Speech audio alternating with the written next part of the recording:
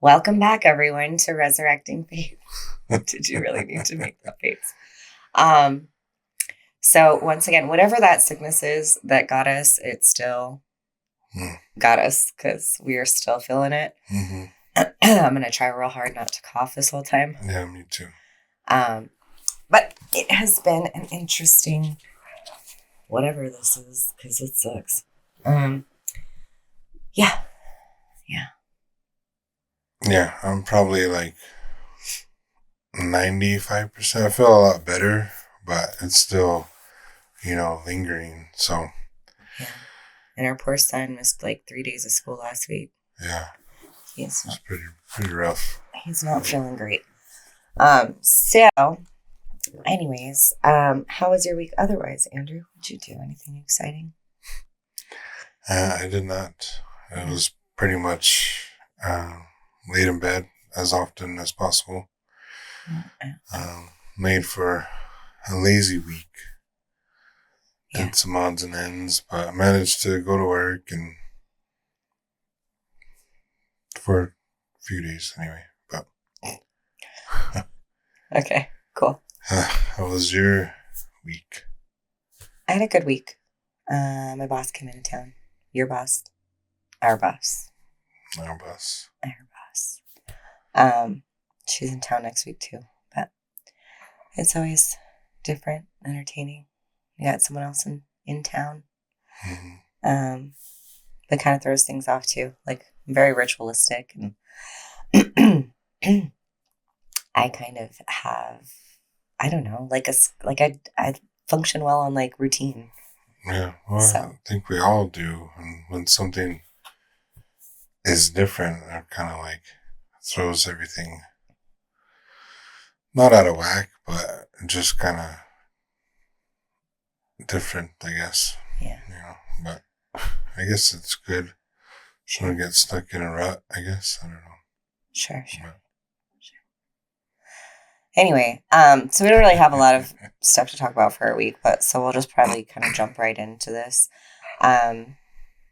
We've discussed a lot this week on like how we want this to go or where we want to go with it. And I've done a lot of, I guess, soul searching and Google searching, internet helping, to try and find an answer, which is really the whole reason we started this in the first place, was because we wanted to find an answer, or I wanted to find an answer in how to resurrect faith, or how to have faith, or how to find faith. And so after a couple of weeks, well, it's been a couple months now, really, but after a couple of weeks of the podcast and really just like having these discussions, it's not only been good for, I think us, our household, our marriage, but like also for me personally, because it's kind of helped me figure out like, okay, I'm continuing to have not necessarily the same conversation, but it all kind of ends the same way. Like, what's next? Where do I go from here? What do I do now? Like, okay, I want to be invested. I want to try to have faith. So what do I do? How do I do that? How do I get there? And I think it comes down to a couple of different things. Like, one, I just need to dedicate myself and decide that's the direction that I'm going to go and give it my all, because like I said last week, I'm an all or nothing kind of gal. And so it didn't work. Fresh loogies. I'm sorry. So I either need to dedicate myself and just make the decision. And I think it's really just a decision. Like, instead of getting so in my head about it and making it seem like, I need to do this, and this to get there. Like, I just have to make a decision that that's the direction I want to go and start working towards that direction. And one of the things that I read this week that I kind of wanted to share, I found really interesting. And if it helps you, great. But Hebrews chapter 11 is actually called the faith chapter in the Bible.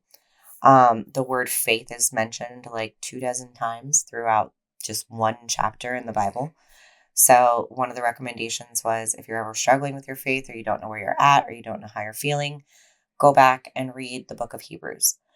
And kind of get like a gauge from there. And then I think too, like this week, pastor, listening to him, like, I think he went off on a tangent that he didn't really intentionally mean to go off on, but he was like, all the other things that people are doing to try to find answers or find, how did he put it? Are you talking about from this? Yeah, this week. Yeah. Like today? Oh. Mm-hmm. I'm talking about like the culture? Yeah, like the culture, like oh, everyone's trying to find something divine. That's what it was. Yeah. So he's mentioning that everyone's trying to find something divine. And I don't really think that was entirely his message, but he was like, and I think he even said, like, the Holy Spirit's coming through me. I'm going to go ahead and say this now. But, like, tarot cards aren't it. Psychics aren't it. Doing all of those things are not going to give you the answer that you want. The thing that's going to give you the answer you want is the Bible. So everything that I've kind of been looking at this week has brought me back to the same answer. Like, stop looking at all these other places and just read your Bible. Well, yeah, I think too, like, I do think in some aspect people will find answers in those things because they are demonic. And, if you read through the Bible and even Pastor this morning said, those, they're real. Right. And they may not be demon like as we picture them today, right? With snarl, long horns teeth on their head. Yeah. I don't think that's necessarily what that's very cartoony, I think, for us to think that way, but they are real, right? I heard another pastor was like, these demonic spirits if you go to a tarot card or you go to a palm reader or a psychic, these demons have been with you your whole life, so to speak. So of course they know your past, and they, so when they get into the reader's ear or the tarot card or the psychic, whoever it may be, they're going to know those things. So when you hear that, you're going to be like, oh, wow, they must really know. And the truth behind it is probably demonic that they do know. They do know because they've been with you your life. So when the reader goes through and starts to evaluate or tell you about your past or tell you about your future, they're going to know some things because those demonic spirits have been around you. So to close that door is to repent, ask God for forgiveness to help you close that door and continue walking in the path of righteousness as opposed to opening those other doors. But I mean, I have to be completely honest, like, and maybe Andrew will want me to cut this out. I don't know, but we're being honest and transparent. Like, there have been many times in my life that I've used, like, crystals, and I feel like there's still a part of me that struggles with that. Like, I can't use crystals. Like, why not? What's wrong with them? I mean, I don't have the answer. I don't know. But I know that, like, that's not necessarily seen as a good thing. And maybe it's because you're, like, searching for power in something that isn't God. But I mean, I always used them as, like, a gentle reminder of the thing that was, like, bothering me at the time. It wasn't necessarily like I'm doing witchcraft. It's like I'm wearing it as a reminder, just like you wear a cross as a reminder to remember Jesus. Like, It was like, hey, I'm working on self-love right now. I've had some issues, and I'm going to remind myself by wearing this crystal that I need to love myself because, yeah. So, but in addition to that, Andrew and I did see a psychic. How many years ago was that now?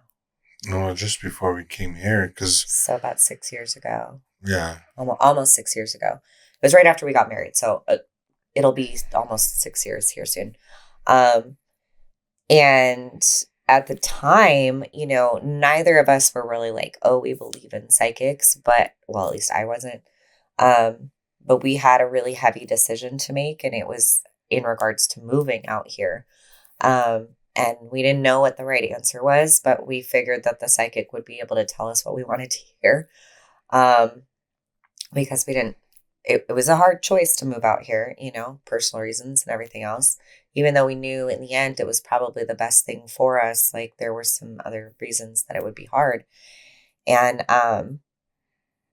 yeah, so we went and saw a psychic, and he did tell us to move out here, and he did tell us some things that actually did come to fruition, which is super weird. Well, yeah, Oh, sorry. Well, no, but I was just going to say, but again, you're right. Like, it is real, and nothing bad came of that experience that I know of. Um, but still, that's not to say that that's the right thing, and you're opening yourself up to that world that they could access Right. in order to use it in a negative way. Well, yeah, because at the time we weren't in religion, right? We weren't looking to God. Like neither one of us were like, oh, well, let's pray about it, or whereas now we would probably do that. Yeah. We would seek out, God's will, whereas back then neither one of us were really involved in the church. We weren't involved in reading the Bible. Like that was honestly probably the last thing that we would have ran to. And we went to the psychic, like you said, and yeah, I mean, who knows, if we would have prayed about it, maybe the outcomes would have been different, or, maybe we would have felt, I mean, I don't know, See, that's one of those things though that I have a hard time with, and I will bring that up because, yeah, you want to say like, okay, let's redo that. Let's go back 6 years, and let's say that we were, praying to God, and let's say we prayed to God, and we're like, let your will be done. Well, I almost feel like it's that analogy of like the guy that's, the floodwaters are rising around him, and he sends him a boat, and he's like, here you go, and he's like, no, God will save me. And it's like, then he sends him, someone else on a jet ski. And he's like, no, God will save me. And at the end, the guy drowns. And he's like, God, why'd you let me drown? And he's like, well, I sent you a boat. I sent you a jet ski. I sent you this, that, whatever. You didn't take the opportunity that I gave you. And so sometimes I struggle with that letting go and letting God's will be done, because you as a human still have to make decisions, right? Like you're still going to have this decision in front of you, and the decision was given to you. So what do you do with it? Mm-hmm. Which one is God's will? How do you know that? Like you don't really know, right? But at the time we were asking for certain things, maybe personally, and like there was that opportunity. Here you go. Mm-hmm. I'm giving it to you. And we're like, so I don't know. That's a hard one for me. Like understanding, how do you let God's will be done, but still work towards the goal that you have in your heart for yourself too. Like, does that make sense? Yeah, well, I mean, yes, but I mean, I don't know, like that coming, did that, because we didn't seek God's will, did that delay maybe some things? Or, what I mean? Because we still came around to God eventually. I mean, some people are not going to have that opportunity, but thankfully, we did. So again, what would the outcome have been if we didn't, or if we asked God, and would the outcome have been the same, or would it have been delayed, or what, things like that. So, coming here and then, our son going to the school that he's going to, like, would that have happened sooner? Like, cause then COVID happened and all that stuff. Like, I mean, I don't know what, somehow it still brought us to here. Sorry. I was trying. It was coming out in little hacks, and I just, yeah. Sorry. That's all right. All right, go ahead. Sorry, no. we came here and. Yeah, no, I mean, how different would that outcome had been? Would we have ended up staying? Like, I don't know. I don't think so. But, I don't know. I mean, we're in this position now. So this is where we continue to go forward, right? We can't look at the past. We have to continue moving forward in the faith and trying to understand God's will. And you have to lean into that, because, Pastor said it a bunch of times, is God going to convict you for paying for the guy in front of you at the lunch line? Like, does God want, you know what I mean? Like, how do you discern what God is saying as opposed to what you're saying, as opposed to what, the enemy might be saying? Like, Well, and I don't think anyone has the answer. And I wasn't necessarily saying like I needed you to provide it. I'm just saying that to me, like that is definitely one of those things I struggle with. And I think that's something that a lot of people struggle with. But, you know, that's one of those hard ones for me. That's just one of those things where I'm like, yeah, but like, where does the line get drawn in the like you have the ability to make these decisions and I've given you the gifts through your life of all of these different things and you have the decisions to make personally. They are ultimately your decisions. So it's almost to me seems like I guess a little lazy sometimes to be like, let God's will be done. And it's like, well, yeah, but if you don't take the steps to get it done, his will's not gonna, I mean, I guess ultimately it's done either way, right? But like, that's kind of the point. Like, you still have to do things and Right. make decisions in your own life to like move that forward. Well, yeah, and I guess that's your conversation too with God is, if you accept a new job or you accept, I don't know, to move or whatever, like you have those conversations with God and be like, is this the right, are things being thrown at you that you don't know how to maneuver through, then you would ask God, like, is this the right decision? And then you kind of go from there, was it the right time? Maybe it wasn't, I mean, I think that's the conversation that you'd have to have with God is when you start something new, what's being thrown at you? Are you constantly being convicted? Is it, are you second guessing your decision? You know, are you, what types of issues are you having because of this decision? And then you just have to weave through it, I guess. I mean, I don't know if we'll ever know moving here was the right decision in the grand scheme of things. Maybe I don't know. I mean, I'm thankful that we came around and started back in religion and seeking God. I'm grateful for that. Um, but at the end of it all, like, was it the right decision in a sense? I don't know if that makes sense, but I mean, I think it was. I think it's opened a lot of opportunities, not only for us, but for our children. Whether they take them or not, we can't control that. yeah. But, that's a part of letting, I guess, God's will be done is it's what will happen or what is supposed to happen will happen. And, we're here now. And like you said, we can't go back and we can't change the decision, but we, from here forward and this place forward, can try to pray on that and make it happen the way that it's supposed to. Mm-hmm. I do think in a lot of ways it was good that we moved here, and I don't know that it would have worked out the same. We have no idea. Yeah. I have no idea. I do know that, coming here allowed us to buy a house and put our kid in a nice school, which wasn't available over there that we could afford. So, things happen.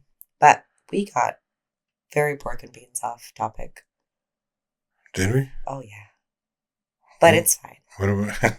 It doesn't matter. It's okay. I mean, it's just really an open space to talk about anything. But I am going to bring it back. So we were talking, or I was talking, I guess, mostly about the faith chapter of Hebrews. And one of the things I wanted to point out was that in verse 1, so Hebrews, go ahead. You need to adjust. Yeah, I'm not good. I'm going to adjust and I'm going to edit this up. Okay. I'm editing it out. I don't care. I'm going to make faces. Maybe I won't. I don't know. So I say I'm going to do it and then I don't. I'm like, that's too much work. It's fine. Yeah. Like, take me as I am. That's all right. Anywho, so I'll just recap. So we are starting back on Hebrews 11, which is the faith chapter. And then in verse 1, it states, or the verse is, now faith is the reality of what is hoped for, the proof of what is not seen. And I really had to study on that for a while. I also read some information online. This thing's like moving. There we go. I read some information online about it. that helped me kind of understand that verse a bit better, kind of like expand that verse and the word reality in there. So now faith is the reality or assurance. So the reality or the assurance. So therefore, where faith is involved, there's an assurance that it'll be received. So basically just saying like faith is there, faith is involved in your relationship. Like now faith is your reality, but you don't necessarily see it and you're not going to necessarily get the proof for it. But there is assurance there in the Bible that you will receive faith. And maybe you don't have it now, but maybe you just ask God for it. Like in my way of praying, I'd say, hey, God, what's up? Can you help me out with some faith? When in other people's, they would do it a little bit more pretty. But, like ask God that, like, hey, I need help with my faith. I need help finding faith. And I'm going to go on because it elaborates a bit more. So one of the other things that I thought was really interesting is there's in the New Testament, there's 9 fruits of spirit mentioned, and then there's 9 gifts of the spirit mentioned. The 9 fruits of the spirit are in Galatians chapter 5, 22 through 23. And the 9 gifts of spirit are in 1 Corinthians chapter 12, 7 through 10. And it lists, the different things there. But the thing that I really want to focus on is the only word that's mentioned in both of those things is faith. So faith is not only a fruit of the Spirit, but faith is also a gift of the Spirit. So in my mind, that says like faith is a fruit that you get, right? Like you nurture a tree, you water a tree, it grows leaves. And in my case, sometimes it dies, but we're not going with that analogy. We're going to go with the other one. And then eventually it flowers and it puts off a fruit. But you have to put all of that work and that energy into getting that tree to eventually put off that fruit. And you trust and you have faith that one day, if you do all of the right things, that fruit is going to be on that tree and you're going to enjoy it. But you don't necessarily know for sure when you start watering that tree that that's what you're going to get. So for me, I think it's interesting that in both the fruit of the Spirit and a gift of the Spirit, you are given this as a gift.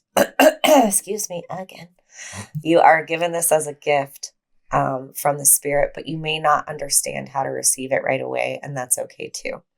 So I actually just came up with that little tree thing because when I was talking about it, I thought about it that way. But the way I had it written down was, and I did that because I like to garden and grow trees, and yeah, sometimes they do die. But so the way they elaborated it was like some people think of faith as something they work towards, so God will do something for you. But instead, faith should be thought as something to ask God for and be gifted for in order to fulfill his purpose.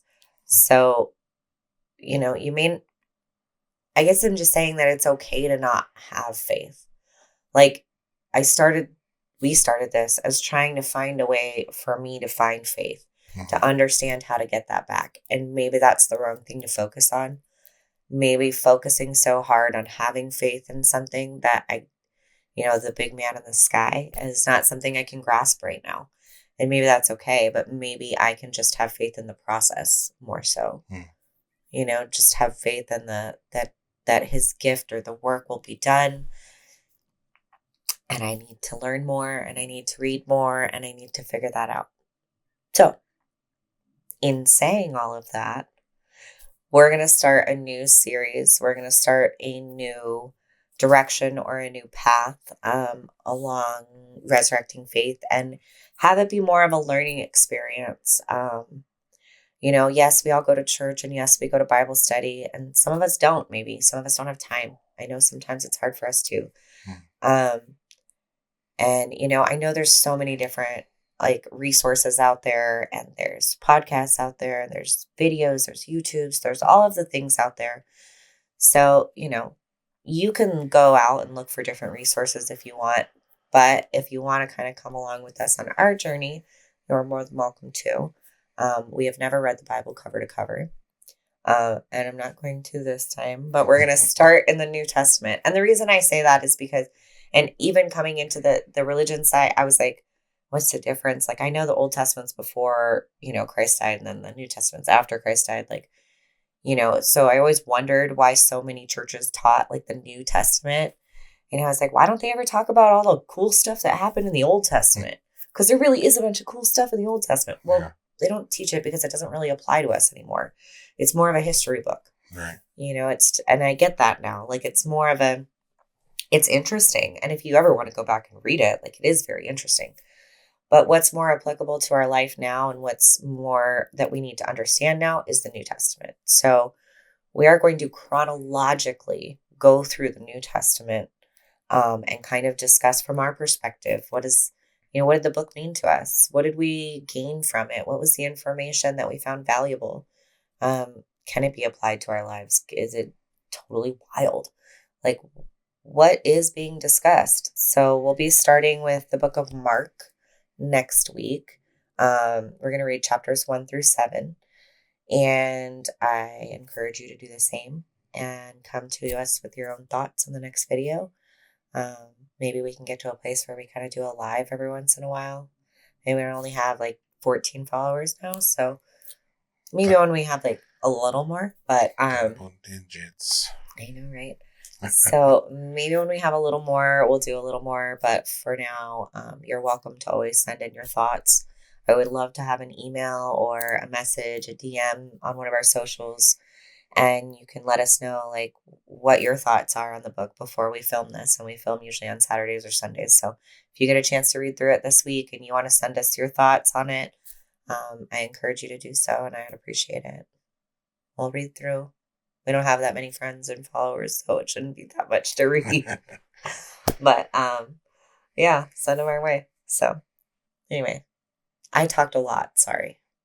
Yeah, that was a lot of pork and beans. I'm sorry. Was it? No. I was just listening. Oh. So. Well, did you have any thoughts? Because I know I didn't really tell you all of that. Yeah. Sorry. Well, I knew we were going to do something, for the week, I didn't really have a whole lot to go off of, honestly. Like, again, I know I mentioned it last week, but like community is so huge. Like, I just feel my mind's in a blur, like I don't really, I've missed. Because we've been sick and we didn't want to infect other people. Yeah, so we missed Bible study. We haven't been in the church. I mean, we streamed it. We've been streaming it, which is fine, but you just need that community. Like, you just do. It's just important for your walk, right, with God and trying to understand, and just because you get other perspectives too that you can apply to your life, and maybe that different perspectives that you wouldn't have had unless you went to Bible study or you went to the church. So again, I think that's super important, wherever you're at in your faith, and community is good, because I'm just kind of like winging it today, when I think, to be fair though, that's what most of our conversations are, and that's what I wanted this to be, is us winging it. Let's, like, us talking, us being normal people, and not necessarily being scripted and all of that. Like, oh yeah, but it's okay. Sometimes you don't feel it, and you could say it. I don't feel it. Well, not only that, it's just I'm already a quiet person. So if I don't have anything to give to it, I just kind of sit here with the crickets chirping. What's going on in your brain when you sit there? Nothing. But when I do think of fate, see, it's like contagious. I'm sorry. I didn't put my foot up here. When I do start to think of faith, though, I always go back to Job and his faith, and like, it's an interesting book to read too, because as he goes on in his faith, God's taking all these things away from him, and even his wife is like, curse God and die. And then eventually, um, he ends up like sort of, prideful of his faith. So prideful that God has to kind of humble him and be like, it's like 4 chapters of God just kind of humbling Job and like basically, he starts off like, where were you? Were you there when I created the heavens and the earth? Do you know the measurements? Like, do you know basically everything, the birds, the instincts, like, did you give them it's pretty cool to read because then he even talks about like, are you able to bind Orion or loosen Orion's belt basically? Are you able to control, like, I forget what the cluster, I think it's called the seven sisters, but it's a cluster of stars and it has to do with like changing of the seasons. And it's just like real poetic the way that it's brought to Job's attention. Like, can you summon the thunder? Like, can you summon the lightning? Basically just look around you and, like you, like the immense power that God has. And, but basically don't be so prideful in your faith, but be humble in it. Have faith, but stay humble in that. And, I don't know. I like the book of Job. Well, maybe we'll do a special on Job because that's Old Testament, right? Yeah. Okay. Yeah. So, yeah. I was testing you there. I mean, I was testing myself. I just agreed because it seemed like you knew. So you led the.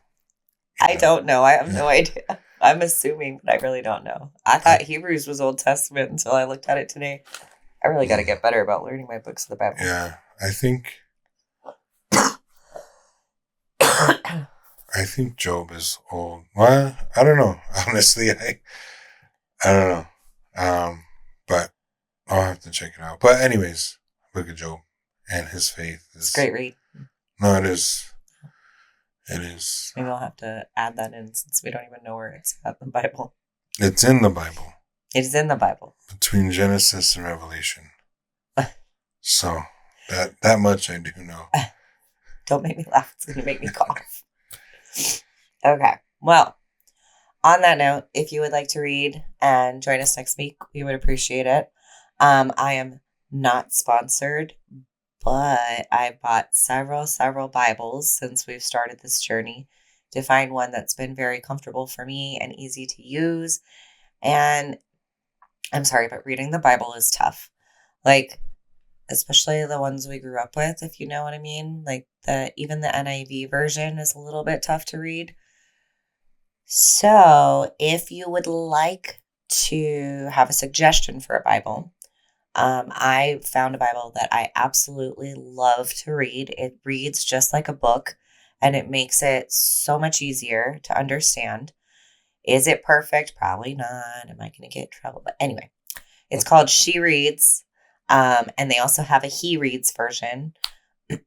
I prefer the She Reads version because there's this really cool thing in the back of the book where it goes through and says, like different things that you're working on or striving for or struggling with, like, for example, faith, or, there's like adultery or alcoholism or, guilt or shame or any of that. So if there's anything that you're like struggling with really hard, you can go to the back of the Bible and look through their index and it'll tell you the different chapters and books of the Bible to go to kind of help you through whatever it is that you're struggling with.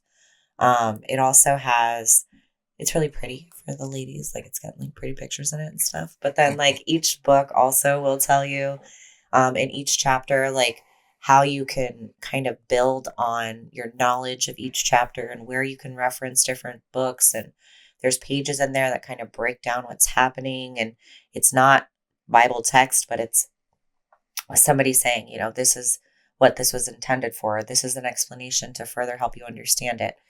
And I adore that. I need that because it's also new to me. And he ended up really liking it. So he got the He Reads version. It does not have that index in the back. Yeah, it's kind of a bummer. Yeah, it was the only kind of disappointing thing. So if you're not too masculine and you want a more girly Bible, it does have some great stuff in the back of the She Reads version. And maybe there's a version of the He Reads that has it, but I don't know.